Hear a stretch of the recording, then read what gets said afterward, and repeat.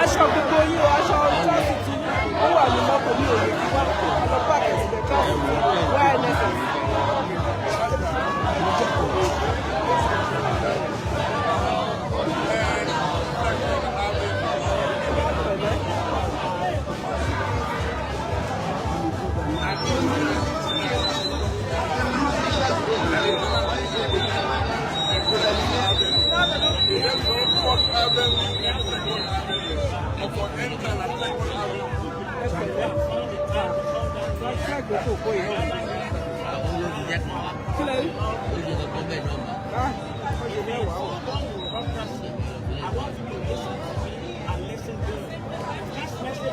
If you're a political leader, you can listen as well. But I know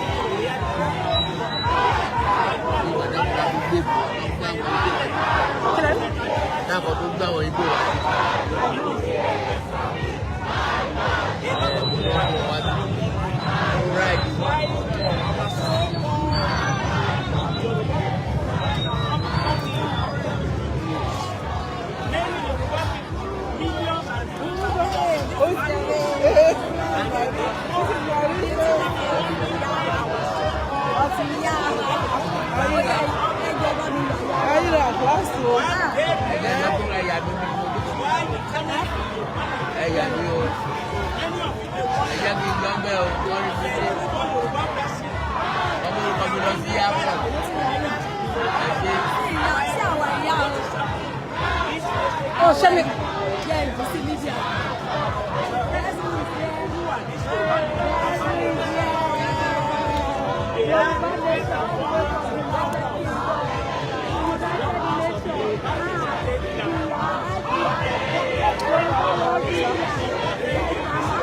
Daddy mi Lọ́lá.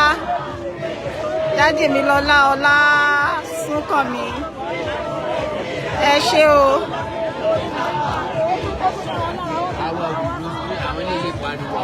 Why táwọn ò ṣe lè pariwo? That's not right.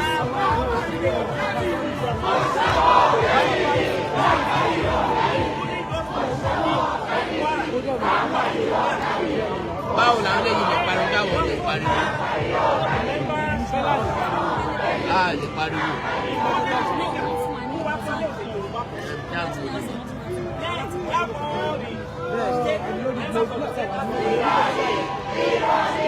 Last week, wọ́n ní ojú àwọn àtọ́jú wá sí àwọn olùsọ̀rọ̀. Wíìkì ìjọ́jọ́ tí wọ́n báyìí, wọ́n bá ń tẹ́jú wá.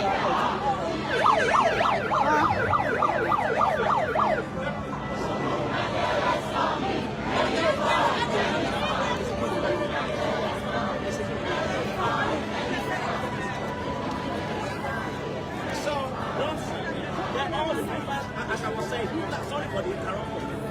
Now, as I was saying, apart from the members of the State House of Assembly, we also have all the local government chairmen across all Yoruba states, including Kogi and Kwara. That part of Kogi and Kwara that are Yoruba state.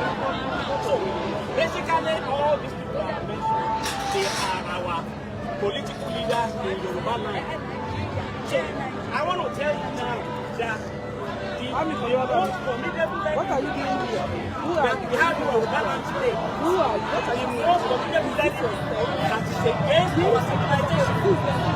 The most formidable leader that is against Yoruba nation and not actually the plan is going to West African country. The most formidable will surprise you. Sadly, our so-called Yoruba political leaders. And sadly too, including our royal father, I mean some of them, not all of them, but some of our so-called royal fathers, our elders, our relatives, and our valets, that don't understand the reason why I tell them that I'm most political enemy. And why they are quiet, why all this carnage, all these killings, all these kidnappings, all these rapes, and all the atrocities that we are attributing to the Fulani are committing. In the first instance, you will remember, when the house of Chief Go was busted, and the personal attacks on him, and he's been hunted out of Nigeria. No single notable Yoruba political leader said anything. They kept mute. All of them kept quiet. Even that surprise. That's number one. Number two, we are supposed to come and protect you. Yoruba land to protect the geographic space. Now, the Yoruba concept No, sorry. to compare the local content. Who understand the terrain of Yoruba land. Don't doubt the abilities of those local content. They are very, very skillful. But due to politicization, in part of the political leader, the original concept was changed. And it went into that country again. At the end of the story,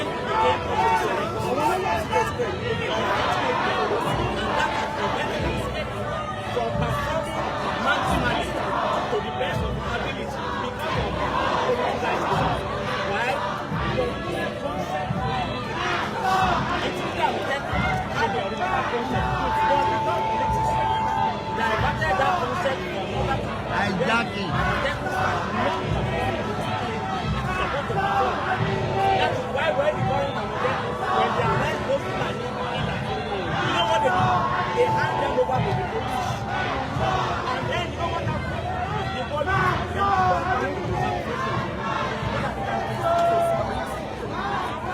they raid farmers market. Now I was on the platform sometime in August 2022. And I'm going to quote Barrister Femi Falana on SAN. On that platform, Barrister Femi Falana made a very, very shocking revelation, which I want all the people to listen to. He said, and I believe him, he said that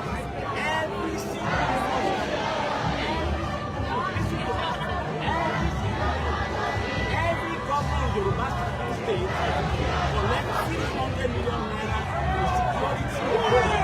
Wow!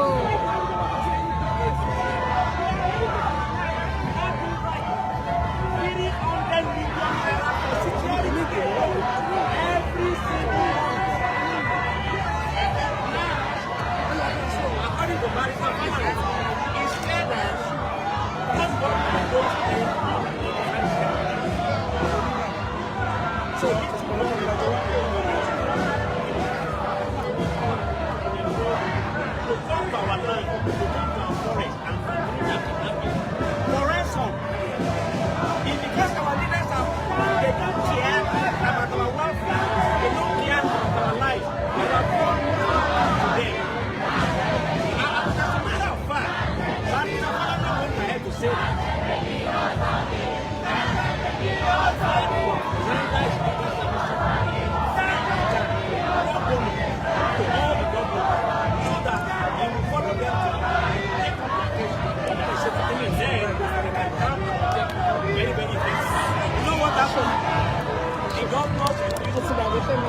you are not willing to even be the same. And so Barrister Falana became why is all this? Why are all these things happening? They are killing your people. They are kidnapping your people. They are raping your women. They are occupying your forest. And the purported leaders are keeping quiet. They are not even doing anything. Even though they receive 600 million naira every month for security alone. So where is all the money going on? Where is all the money going on? Into their pocket of course.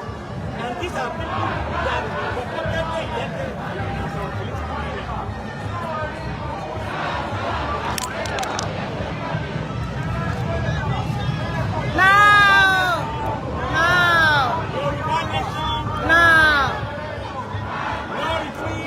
No surrender. And then we were supposed to form an executive in Lagos. And then we had a program.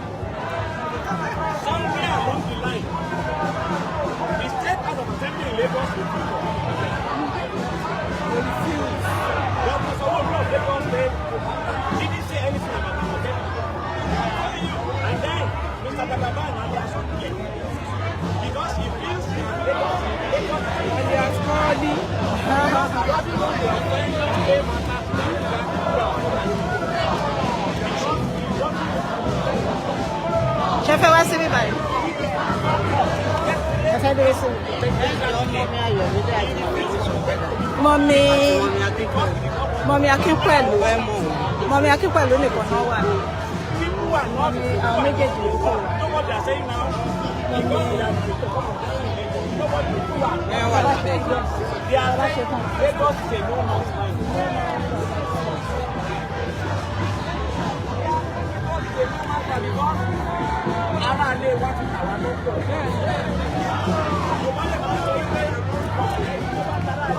Kò lè ríra lọ́wọ́n tó tọ́ ní kinní yàn.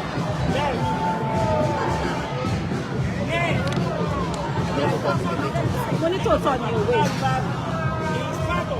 tó bá tara alẹ́ ẹ̀.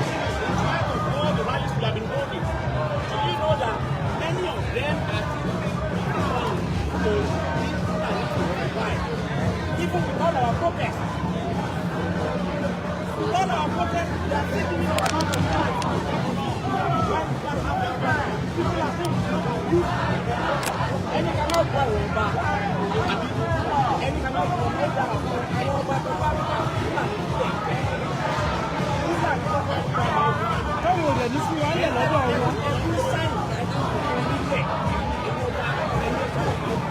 I must tell you, all this time,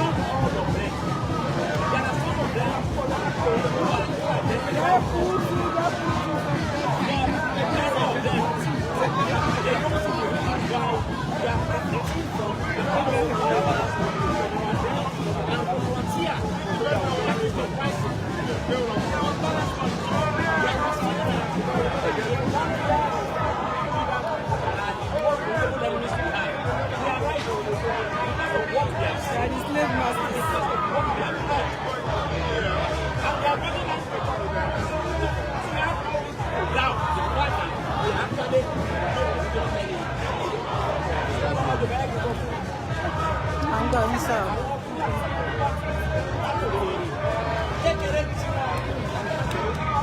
Why not?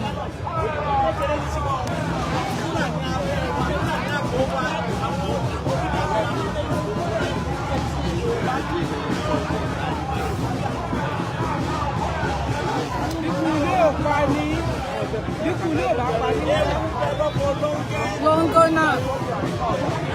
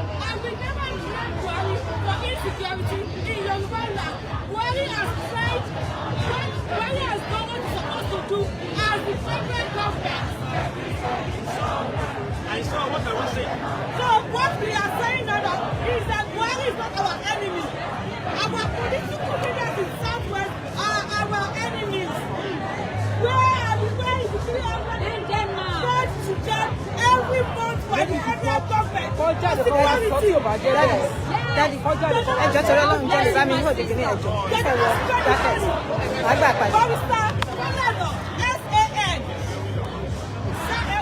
Senior Advocate of Nigeria, he said, and I quote, he said, ẹ̀jẹ̀ burúkú ni títí dẹ̀ mú un. ló fẹ́ fi bọ́ ẹ̀yán rẹ̀. lórí kan tẹ́ ìtọ́ yẹn ó bà mí lẹ́rù. kí la rí sà. nígbà tí a bá dó tokun ní ẹkọ tuntun mú yín. nígbà tí bá ṣe kí ni. ẹ dó tokun ní ẹkọ tuntun mú yín. ẹlẹ́dẹ̀ ẹjọ́ torí Ọlọ́run dájú. ẹjọ́ torí Ọlọ́run dájú. àbí òjò kan ojú ọ̀nà tí wọ́n bá sọ. Did you take the picture and the video when I was flying drone? No, sir.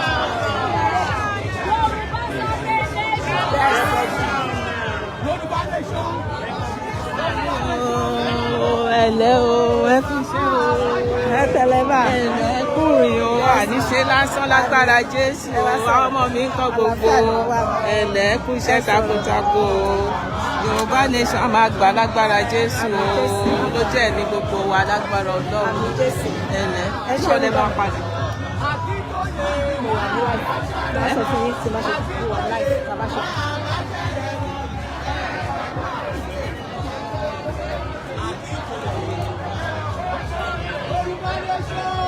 No.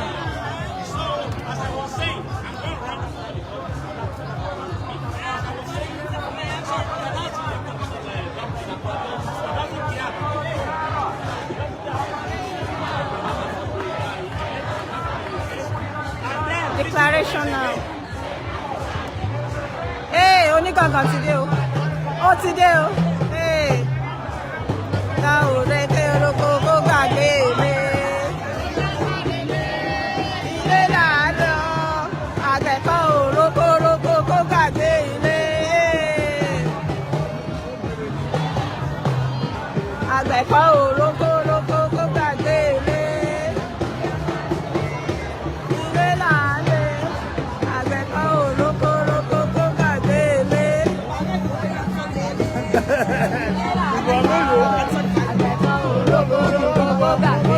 Freedom of right. Oh, okay, one more.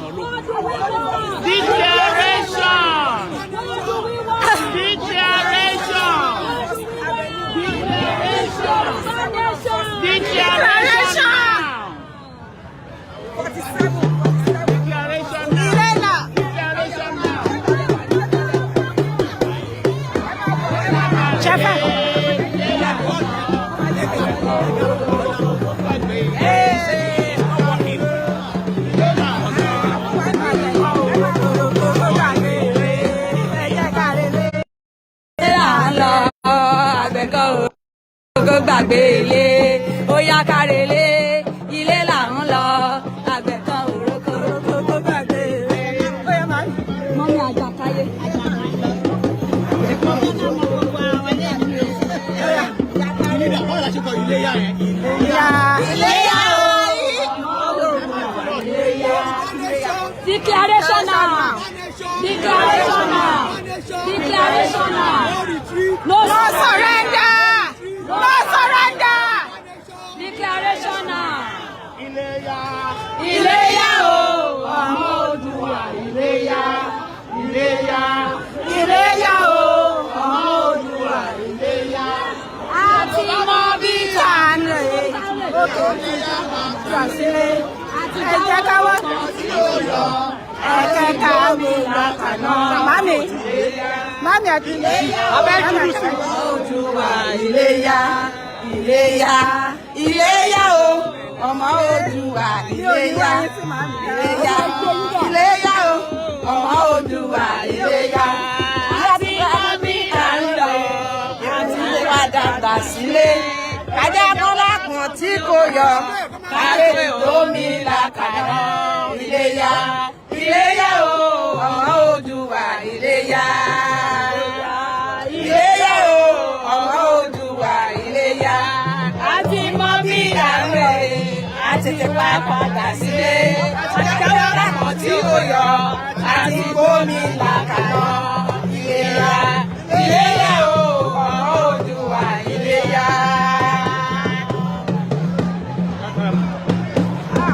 Èwo ni wọ́n ṣe ṣe o? Yorùbá nation. Oòduà nation. When? Now. Oòduà nation now. All hail Biafra. All hail Biafra. All hail Biafra. Biafra. Biafra. Biafra.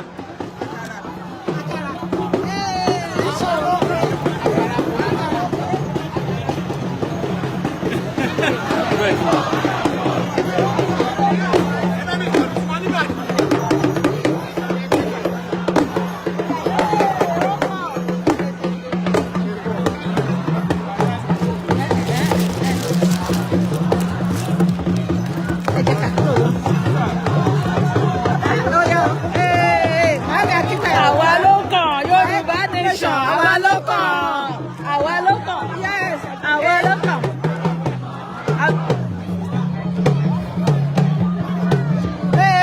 Ọlá.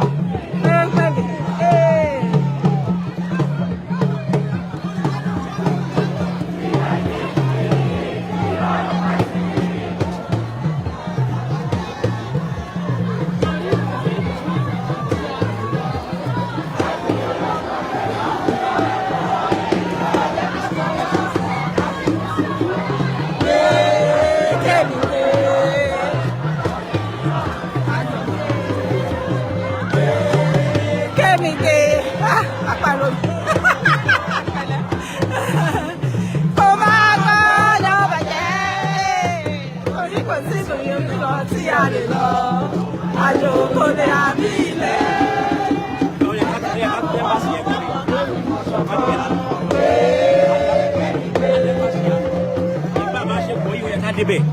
Bóyá kájọ lọ bẹ̀. Ṣé kájọ lọ síbẹ̀? Yes, that's what we do. That's what we do.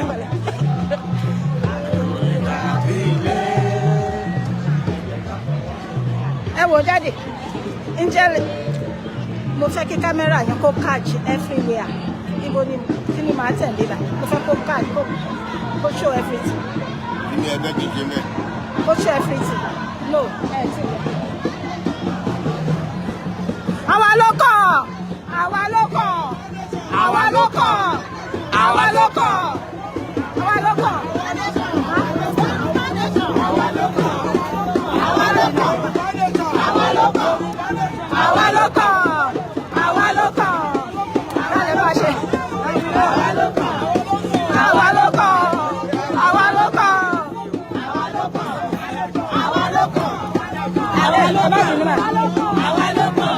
Ẹni bá mi ṣe kámẹ́rà yìí ló fẹ́ kó kọ́ fún àwọn oṣù rẹ̀. Àwa ló kàn. Àwa ló kàn. Kí lẹ sọ?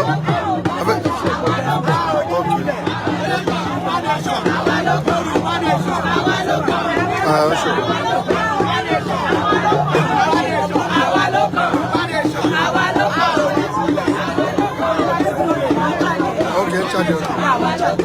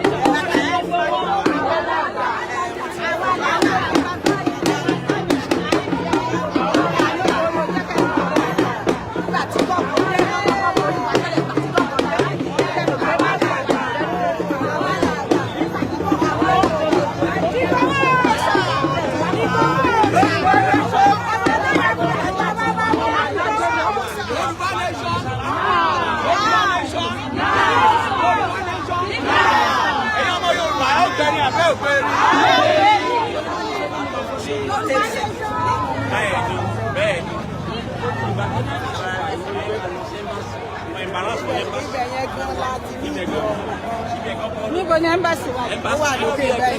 Ẹ jẹ́ ká jó lọ síbẹ̀. Ibẹ̀ yẹn gan láti nídìí ọ̀rọ̀ àná jó lọ síbẹ̀. Yes, definitely. Ibẹ̀ yẹn gan láti nídìí ọ̀rọ̀. Ṣé ká jó lọ síbẹ̀? Mo ti sọ fún mi, yes. Àwa làgbà. Àwa làgbà.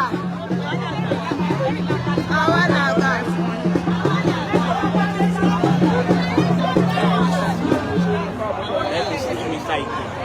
Ṣé ká lọ síbẹ̀? Ẹ lọ sọ fún wọn. Ní ká jí sí wàyí, ní ká lọ embarrass wọn lẹ́nu. Ká lọ síbẹ̀. Àwa máa jó, a máa jó. A lọ bá wọn kò bẹ́ẹ̀. Ibẹ̀ yẹn àti lọ bá wọn kò. A ti sọ pé o lè ibi bíntì tó wà ní. Ó ti kó wà ní. Ibi kan ní ilé Buhari máa dé sí bíntì.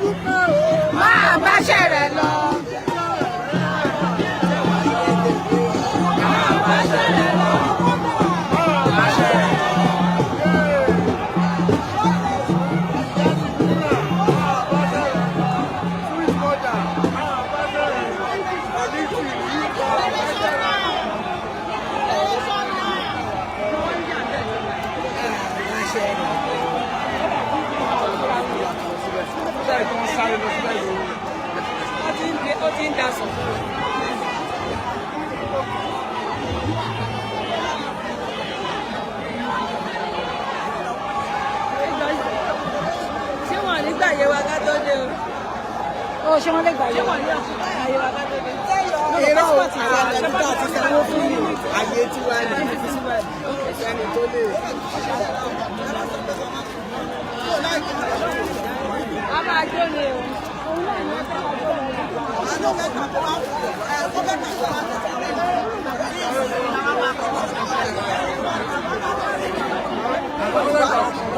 Ẹ ti pa ẹ jẹ́ ká jó lọ́bẹ̀ àbí.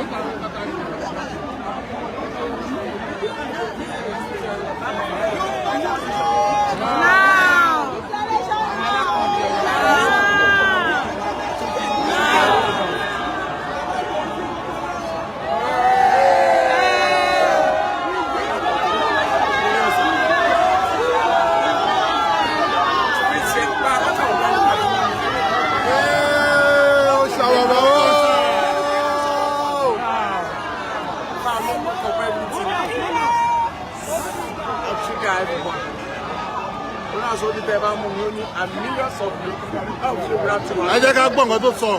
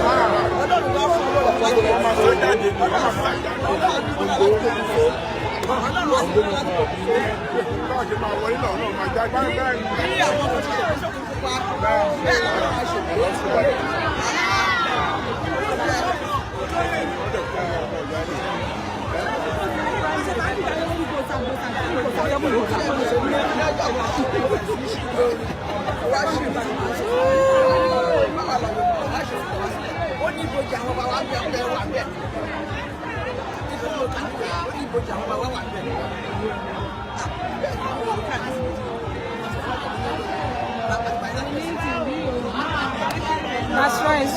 I should not. Ọgbọ́n náà ń wà pẹ̀lú yín. Máa ṣe rẹ̀ lọ.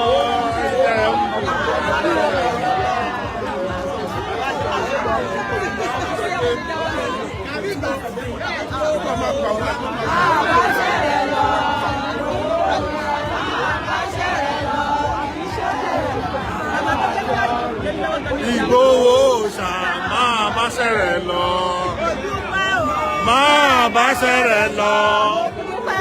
Máa bá ṣẹ̀rẹ̀ lọ. Iṣẹ́ mi. Máa bá ṣẹ̀rẹ̀ lọ. Máa bá ṣẹ̀rẹ̀ lọ. Máa bá ṣẹ̀rẹ̀ lọ. Máa bá ṣẹ̀rẹ̀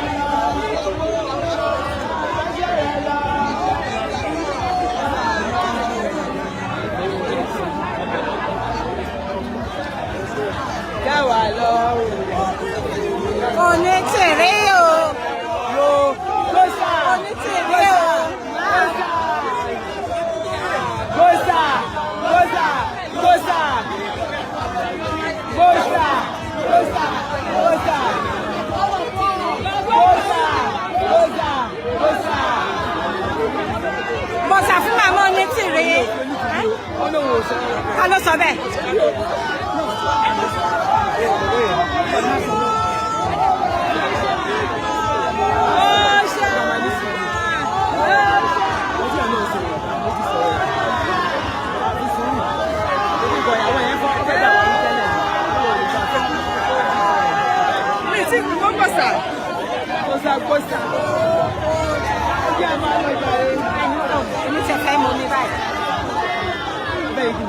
Omi mo fẹ́ mọ̀ kọ́ mo ní láti. Mo fẹ́ mọ̀ mi. Ẹ lómi ẹ lómi. Mo mo tiẹ̀ ní ìkànnì báàgì máa mú ẹ ṣe.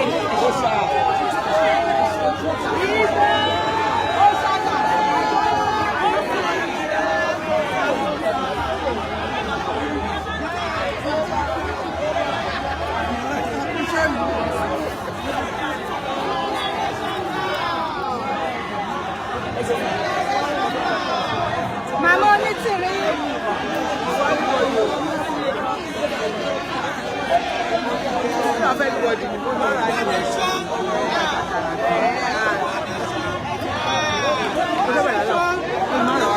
Ẹ wo ó wà nù ó pọ̀ nù trunk tí ó dá ẹ ṣe mà. Ọmọ olómi. Àìní ẹ ló pọ̀ sí i. Prophet.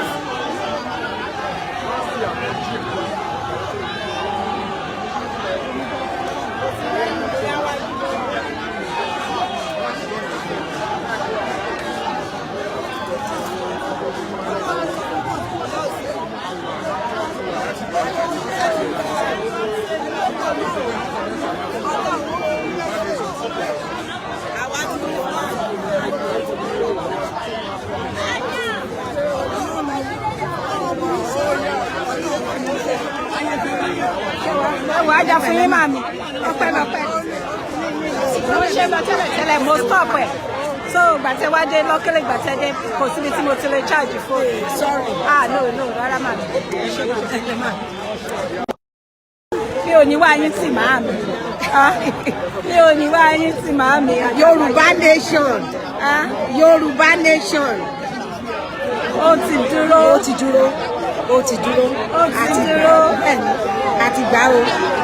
àti gbà o recognition stamp la need gbà. Yes.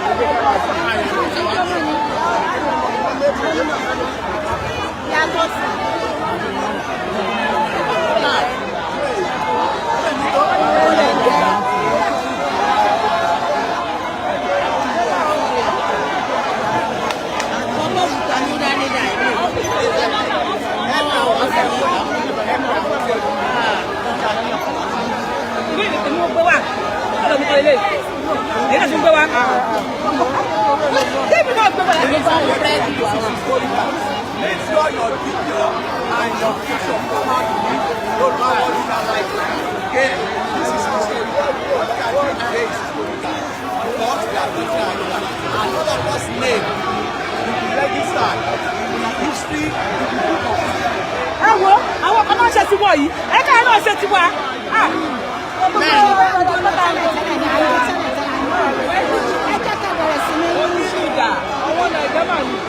Nàìjà kọ́ ni wọ́n Nàìjà kọ́ làwọn yẹn ò sẹ́ni gàbí. Àwọn rojọ́. Ìwà náà ni wọ́n rí.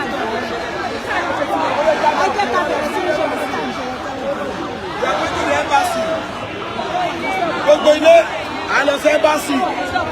Wọ́n lè sọ́ọ̀bù wa.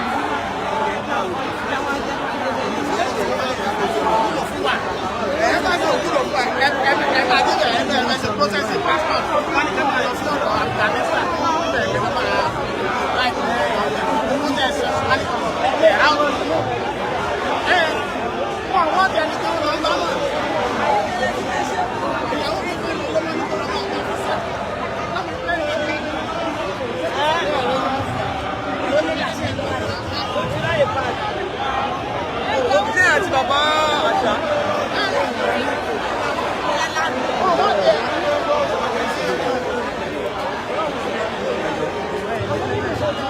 Àwọn mídìí wá dá.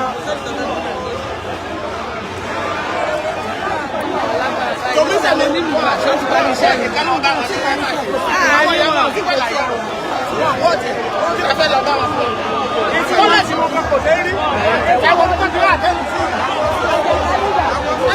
Àwọn Fúlàní ló pàdé. Ẹ wo ẹni tó hẹ̀ díẹ̀ tó wá ní láti àbóyọ̀ náà ló wà bẹ́ẹ̀. Ẹ Fúlàní yẹn ló fi wà bẹ́ẹ̀. Ẹni yàtọ̀ nínú ìgbà tó bá fẹ́ lọ wọ́sà. Ẹ fẹ́ lọ bá ìjọba fún ọjọ́ ìjọba. Orúkọ Fúlàní ẹ máa sọ ọ̀nà àtọ́lẹ̀ pẹ̀lú yàtọ̀. Ìgbà tí mo wọlé mo fẹ́ lo WhatsApp. Ibẹ̀ ló wọ́n wá ń lọ. Ẹ lọ gba máìkì tẹ́ bá fẹ́ sọ̀rọ̀. Kí ni máìkì yẹn dà? Wọ́n bá mú kí ní ọ̀yẹ̀ wá. Ìgbà tí wọ́n fún mi kọ́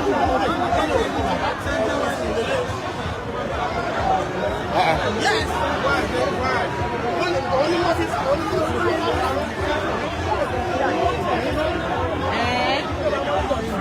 Monitor you. Monitor you.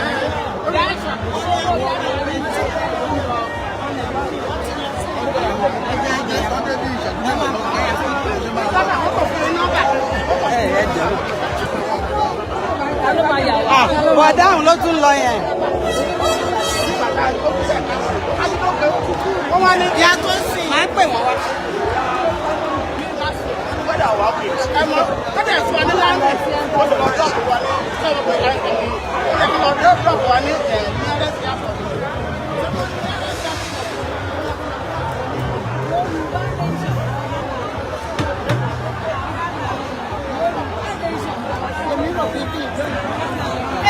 Mami, ẹ kí wọn ẹ wo màmá àgbàlagbà, ẹ wo màmá àgbàlagbà tó jáde wá, ẹ wo ẹ pẹ́ fún wa, no going back. Mami, ẹ wo àwọn màmá àgbàlagbà, ẹ wo àwọn màmá àgbàlagbà.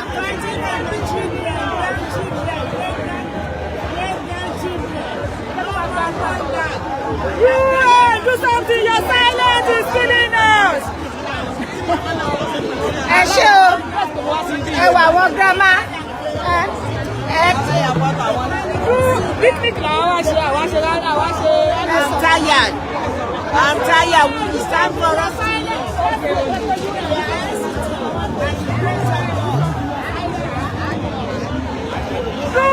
Do something, your silence is killing us.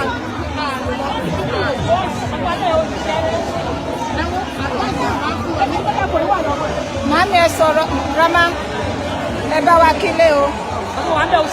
Kí gbogbo ẹ̀yin ọmọ Yorùbá pátápátá ẹ kú rọ́jú o. Àforítì díẹ̀ náà ló kù. A ti lọ.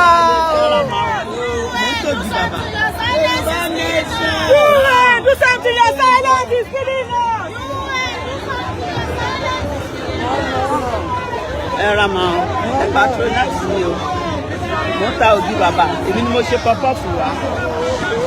Bẹ́ẹ̀ni, ṣé ẹ ti rí pọpọ́ọ̀fù ẹ tèsí ẹ̀? Madam. Mi ò sí ládùúgbò yìí. Mo lẹ ń gbé. Mo bẹ́ni tí mo rà lọ́wọ́ ẹ̀ o. Yes. Ọlọ́run á mú yín délé láyọ̀. Ọlọ́run gbogbo wa délé láyọ̀. Ọ̀fẹ́ gbé sáàjò. Ilé tó lọ bẹ́ẹ̀ ni. Ẹ máa bọ̀.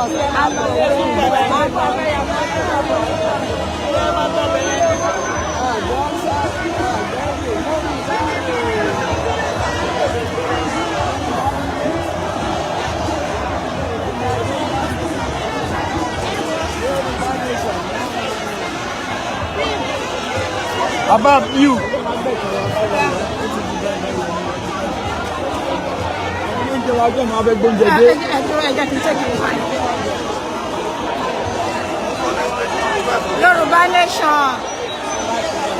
Yorùbá nation, no going back. Ẹ̀yàwó àti prof ẹ̀yà àyàfọ́tò ẹ máa bọ̀. Ẹ̀yàwó ẹ máa bọ̀ wá. Ìlọ mi ẹni ya fọ́tò náà ni a lè rí kan sọ nílé.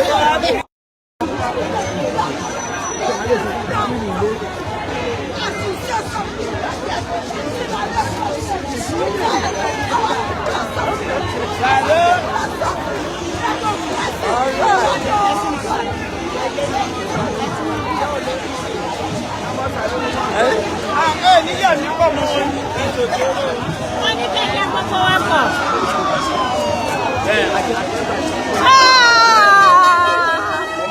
Ẹ káàbọ̀. Ẹ pẹ̀lẹ́ sà, ẹ wà lẹ́jọ́ wa, ẹ kú iṣẹ́.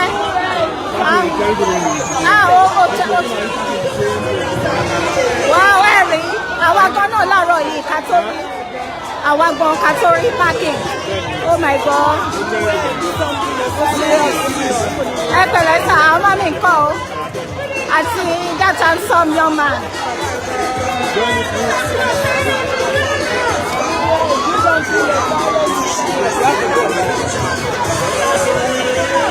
Yorùbá nation.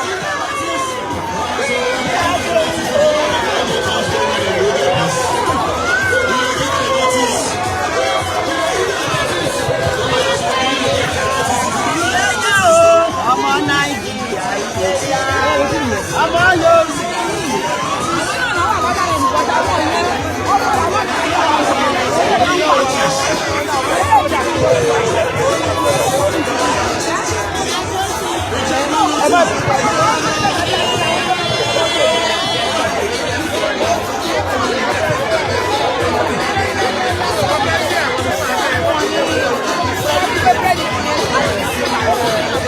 No, Daddy, ẹ jẹ́ kí n pẹ́ ní tó lè yà wá.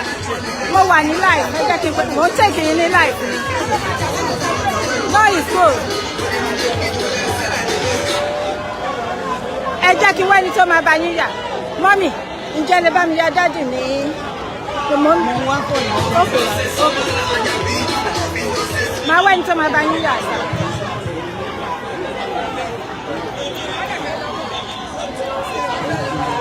Olùgbẹ́ ń gbẹ mí bẹ̀tì àti mo mi ń bà mí lẹ́rù.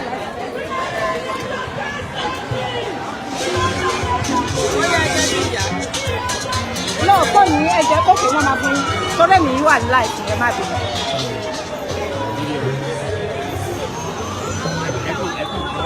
Ẹ ti lọ à? Ok, àwọn nílò ok good good. Ẹ jẹ́ kí n kúrò níbẹ̀.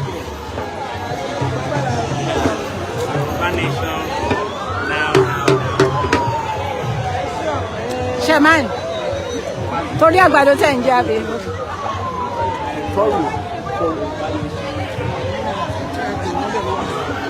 Ẹ pẹ̀lẹ́ sà. Àwọn onílù wa nìyẹn o. Ó yá ọjọ́ bẹ̀rẹ̀ o.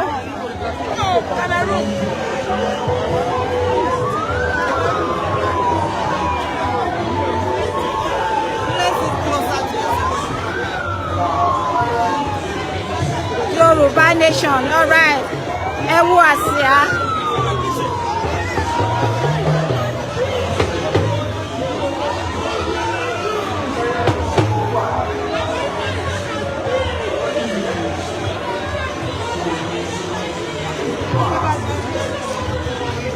Oh, báàgì wà bẹ́ẹ̀.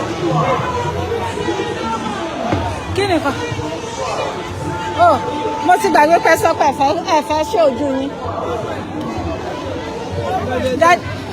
Kí ló yín? Kí ló dé tá a ṣe ojú wa? No, talara ni. Lọ́n má kò ní kú. Ẹ ṣe jàre, ó yà mí lẹ́nu mọ́. Ẹ sọ fún wọn. See me my face like Ayana with my spear. What do you fit do? Nothing. Ẹ bá ń tún sọ again. What do you fit do? Ẹ tún sọ again. See me like Ayana with my spear. What do anybody fit do? Nothing. Kò sóhun tádì ẹ wọn. Kò sí. Kò sóhun tádì ẹ tó lè fẹ́ yí aṣọ ṣe àbí. Olúkálùkù ayé ti ẹ̀yìn ẹ̀ ń fa ayé tí ń dìtẹ̀ mi lọ́wọ́. Òun ni. Ẹ jẹ́ káyé mi progress. Ẹ ṣe jàre ẹ ráìdọ̀. We want progress. Oh, mi ò progress and not corruption. Ẹ jẹ́ kí n. No corruption. Ẹ jẹ́ kí n ṣojú. Gbogbo láti ẹ̀ has come to an end. We want it to come to an end. A lè wálé àtàwálé ẹ̀jẹ̀ wálé. Àwọn tó wálé ẹ̀pá wọn ni. Èèyàn la fẹ́ jẹ́ la fẹ́ máa kó lọ́dọọdún. Please make it safe for all of us. Make the world a better place. Make the world a better place. Make Nigeria better. Make Yorùbá nation a better place for us.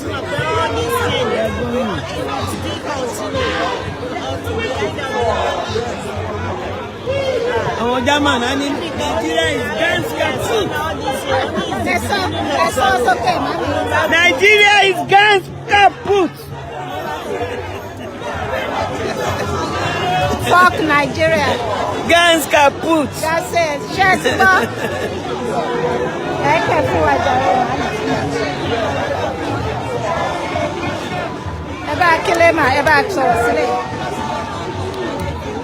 Gbogbo ẹ̀yin tẹ́ wà ní Nàìjíríà, Ọlọ́run á fi ṣọ́ ẹ̀ṣọ́ yín. Ariwo tá ń pa ń bí ìjà tá ń jà ń bí kò ń ṣe pé bí ń pa wá yìí ò jẹ́ wá o. Ìjà yín là ń gbé o, tí yín là ń ṣe o, ẹ̀yin náà ẹ jẹ́ kó rí yín pé o. Ẹ fìfọn yín ṣọ̀kan o. Ẹ rí ara rí ń brain ni o. Kò sí nǹkan kan, Nigeria is dead. Is dead totally. Kí ló wà ń bẹ̀ fún yín gbogbo ẹ̀yin lẹ ṣiṣẹ́ lẹ lọ́lẹ̀wé tẹ̀ ríṣẹ́ yìí. Iléèwé náà ti tìpá láti bí oṣù mẹ́jọ ń sìn. Ṣé bó ṣe yẹ kó rí bẹ́ẹ̀? Kò yẹ kó rí bẹ́ẹ̀ o. Ẹ jọ̀ọ́ nítorí Ọlọ́run o, ẹ má gba ìgúnjẹ o. Ẹ má gba tútù náírà àbí èlò náà ń pín yín pẹ̀lú ọ̀pá méjì. Ọjọ́ alẹ́ yín lẹ̀ ń gbà yẹn tẹ́ bá tún ti dìbò. Ẹ tún ti renew referendum yín nìyẹn. Ó ti expire, amalgamation ti expire. Tẹ́ bá tún ti dìbò, ẹ tún renew amalgamation yẹn again ni. Wọ́n tún renew ẹnìyàn ọdún mẹ́jọ míì lẹ tún kó sí yẹn o. Ẹ ṣọ́ra yín o. Ọlọ́run á ṣọ́ gbogbo wọn o. President kan nìyẹn. President wọn nìyẹn. President wọn nìyẹn. Òbí kò gbà bí ni. Kò gbà bí ni. Àwọn ọmọ bí tó bá gbà ìtorí ẹ̀ láṣẹ wà ń bì. Ó lè. Ẹbẹ̀ náà láti. Nǹkan tó yẹ ká lè ṣe bá sí tí wọ́n máa gbà mí.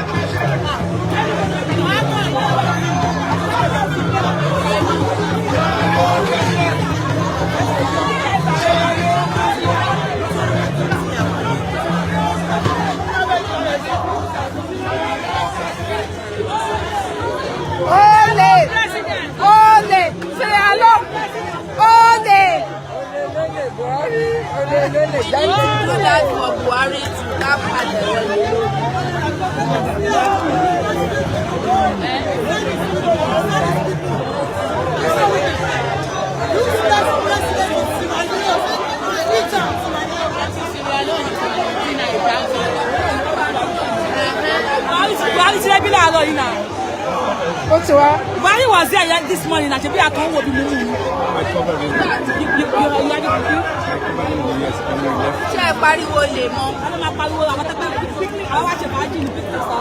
So sọ̀rọ̀. Ẹ rí Buhari ẹ̀dẹ̀ sọ̀rọ̀. Ẹ rí. The video of his people I had just so he was making that.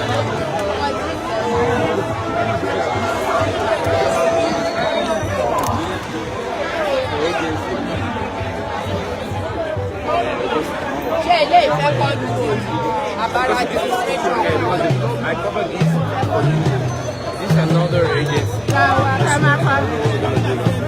Because I already sent this to 7 again. No. Only chapter of the Southern. No, me only take a show to change.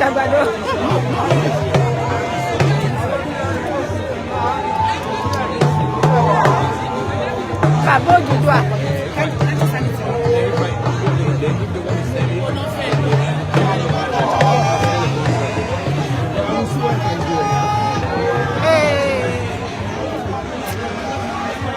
Yoruba Nation. Babo Dudua. Sierra Leone ni wọ́n Sierra Leone ni èmi mo ṣe sọ fáwọn ọlọ́pàá yẹn pé kán kó wọn wá síbí nǹkan tí ò lè fàjà nìyẹn wọ́n bá kó wọn wá síbí tán ò ríra wọn níjà wọ́n má sì kú ríra wọn kò sọ mọ́ wọn má jà.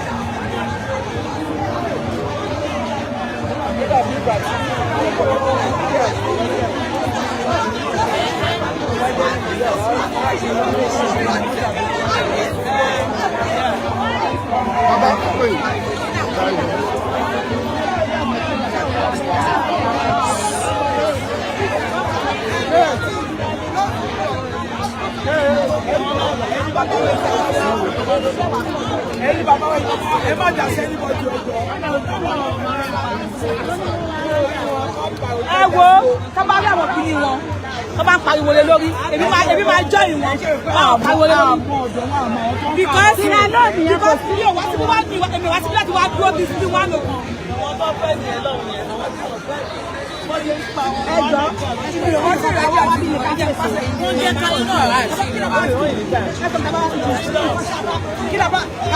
Àwọn jẹ́ ká ṣe nǹkan ta ní ṣe akọ̀wé ni ó ní nǹkan tó bá ń sún ọ̀ra. Èrò dẹ̀ wá pọ̀ lọ́dún ìjú ti láti àwọn àyẹ̀wò active last year. Yorùbá Nation. TB. Enough is enough. No one to no more.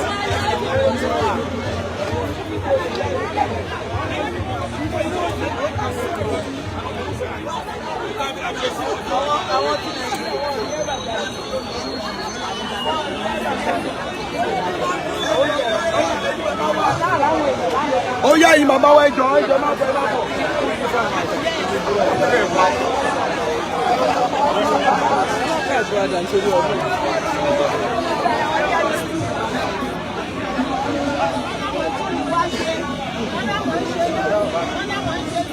Para gbowó ọlọ́wọ́ bí ìdọ́sí ọlọ́wọ́ pa ọlọ́wọ́ tó ń gbà.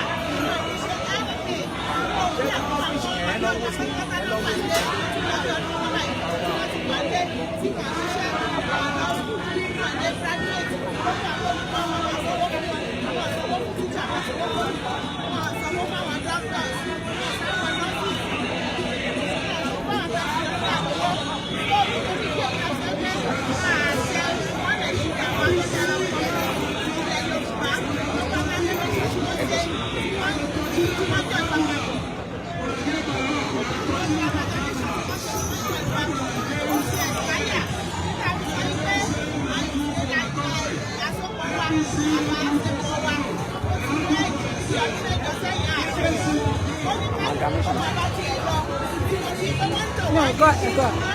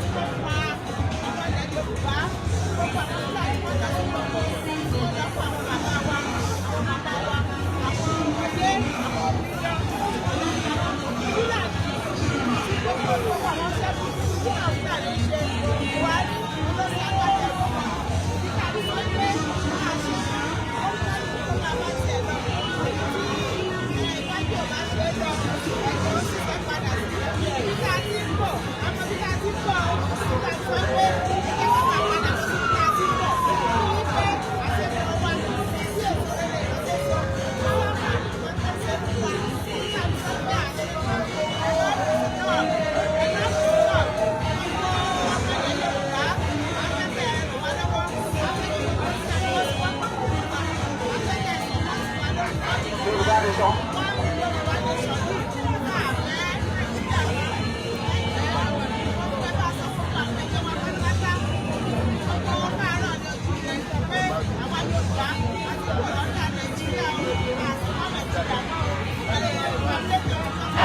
Yorùbá nation.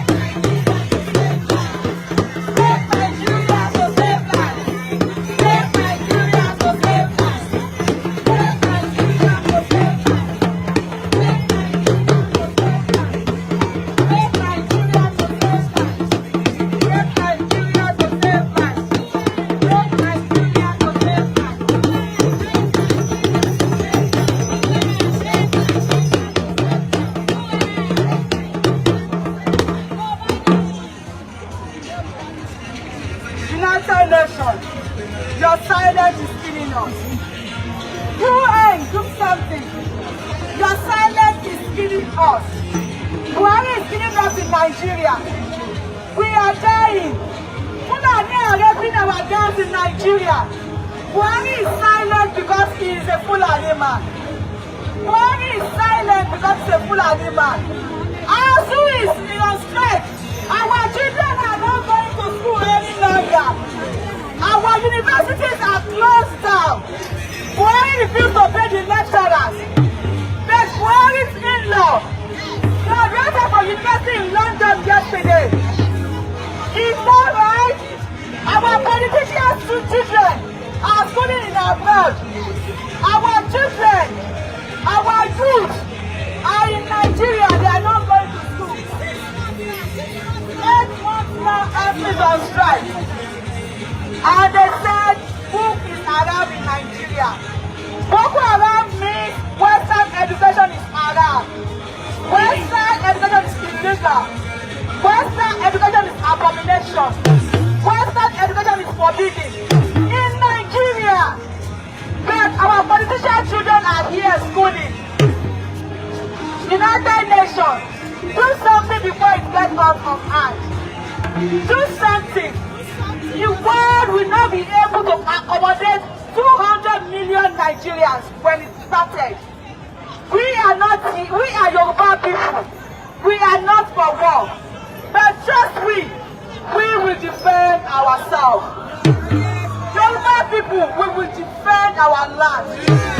Yoruba people, we are not for war. But we will defend ourselves. No matter what it takes. We are ready to defend our land. We are ready to defend our forefathers' land. We inherited this land from our forefathers. Who are the Fulani from Katadanian? Who are the Fulani from Mali? Who are the Fulani from Gambia? Who are the Fulani from Nigeria?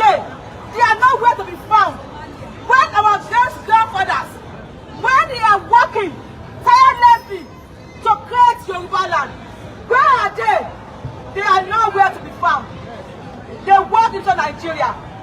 Usman Dan Fodio came to Nigeria in 1804. He arrived at Sokoto. Sokoto State was not Sokoto then. It deceived them. Usman Dan Fodio is a deceit. It deceived our people in Sokoto. Tell them to kill their elders.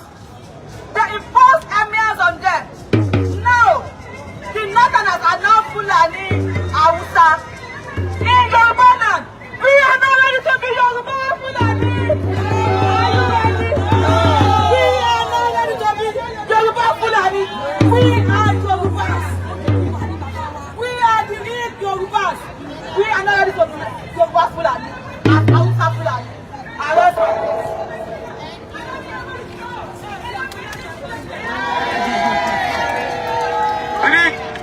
Closer to Yoruba Wuli. Closer, closer, closer.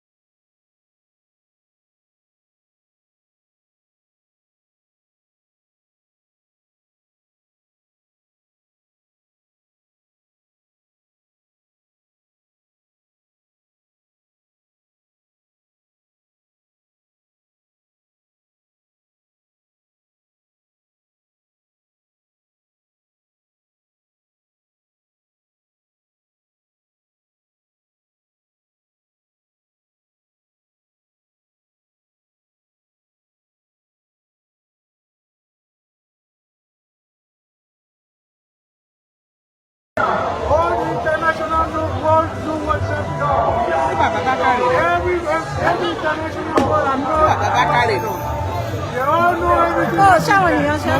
Ó dàbí The oppression of the Yoruba race. We, the Yoruba people, we are tired of that. Our fathers, our mothers have been killed. Our daughters, our mothers have been raped. Did nothing that deserve only. We have been having governance as a Yoruba people. Never before the Daddy Ojo. Daddy Ojo. We want a chance for us to govern ourselves. Chairman Sorole. We are ancestors vector. In Yoruba, in Nigeria, the location now is going to call Nigeria. We are not involved. Our mothers are killed, our children are killed. If a Yoruba man, qualified Yoruba man, go for employment, they pick a Fulani without nothing. A Fulani man attended Sharia school. He's made a chief justice of the country. When you want to speak, you start speaking in Fulani language. What a shame to a country called Nigeria. We have to go. We are tired of our citizenship. We can't continue suffering. We suffer enough. Our children can't go to school. Why they say the ASU are strike in the way. Why school are open in the north? All the resources of the country have been generated from our Yoruba land. And then we don't benefit anything. We don't have good road, no water, no hospital, nothing for us to show for it. How can we continue suffering like this? This is a big cause on the government of country called Nigeria. We have to go. We are just tired of all this. None of us, you see everybody coming there, going to international war. We the Yoruba, we are the majority, and we work hard in any country here. You can never see any Fulani man coming here to war. All you do see them do, spending our money on them to send them to school, or some of them working in the embassy. Whereas they don't have anything on here. We know who we are. And all the international world can testify to it. They know we the Yoruba. All we are asking for, we don't want war. We are asking for peaceful exit from Nigeria. We don't have anything to show you everybody. That's the reality. Let's see what is happening. Everybody says we have our chance to win. We, the United Nations, we are looking up to you. Do something. Do what is right. You want to apply. You want to work happening to us. All we are saying now, you know it because you have the intelligent information about the country. So it's not a new thing. But you are here. All your ambassadors. We are what? Your ambassadors and church people who are so what a country is that? We don't have to continue like that. Our fathers can't go to the farm. So there's no scarcity in our country, in our nation, in our state. We don't run around. Because the Boko Haram, they were brought in by Buhari and his ex-man, the so-called vice president of his party. They brought in Boko Haram to come and support them for the last election in case Jonathan will hand over to them. That's why he called all the Fulani in the western region of Africa to come and occupy our land. He promised giving them land, and when they were here, he started giving them money. But they can't have any money for them anymore. So that's why they're using the weapon they got from them to kidnap us, take ransom for us, and behead our people. Can you imagine a barbaric act when a woman being we slaughter a human being like a goat? Where is that job? United Nations, you will say it's not the same, not this one is on internet. Your ambassadors, everybody is aware. When they like Hitler and just like their neck with knife, which kind of human being was that? We are the Fulanis, we are not the same. We have different culture, different language, different food, everything about us goes, we are different. So why should the amalgamation bring us together? The amalgamation is wrong. We are not the support of that. We want to be our father's nation. With happiness, growth, enjoyment of our life. We don't have to be running around. We don't have to be running to the butcher. Now in the country called Nigeria, you can go on the street by 11 o'clock. What kind of a country is that? Well, happy people. Every youth that job there, we don't have anything. Yet, we the Yoruba, we generate all the resources in the country so-called Nigeria. And there's nothing to show. We don't get anything from it. We are calling on you, the United Nations. That's why all our people are here. You can see them all. You have seen the crowd. We don't want to be part of Nigeria anymore. Do you all want to be Nigeria? No! Do you all want to be Nigeria? No! We are tired of it. We can't continue this way like that. Thank you, God bless you all. Yoruba Nation!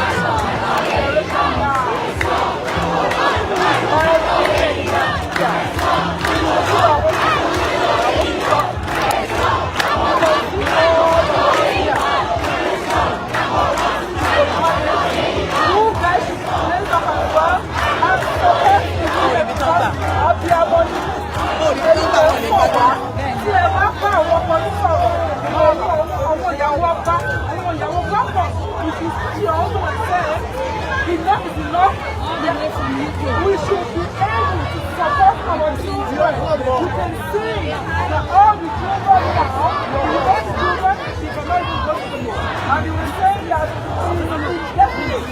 So don't know what it is indefinite. So you women, you should rise up and speak to your husband and your brothers to say it is wrong, it is wrong. Because we are doing for all the way to UK. Come and talk, come and say, no, no is no. We are not Nigeria. We are Yoruba Nation, and Yoruba Nation will come. Yoruba Nation will stay. Yoruba Nation will stay. Yoruba Nation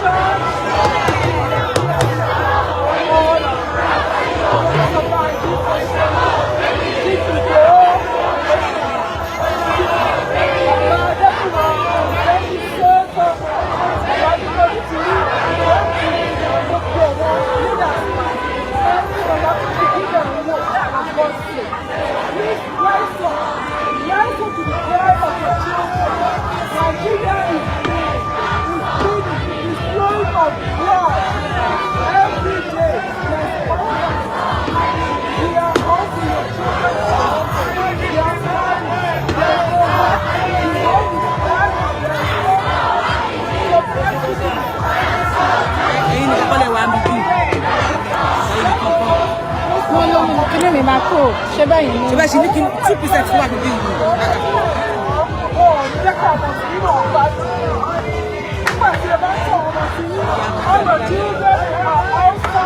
Ọba tó fi ṣáàjì lọ sí àgbà fún ìṣẹ̀lẹ̀.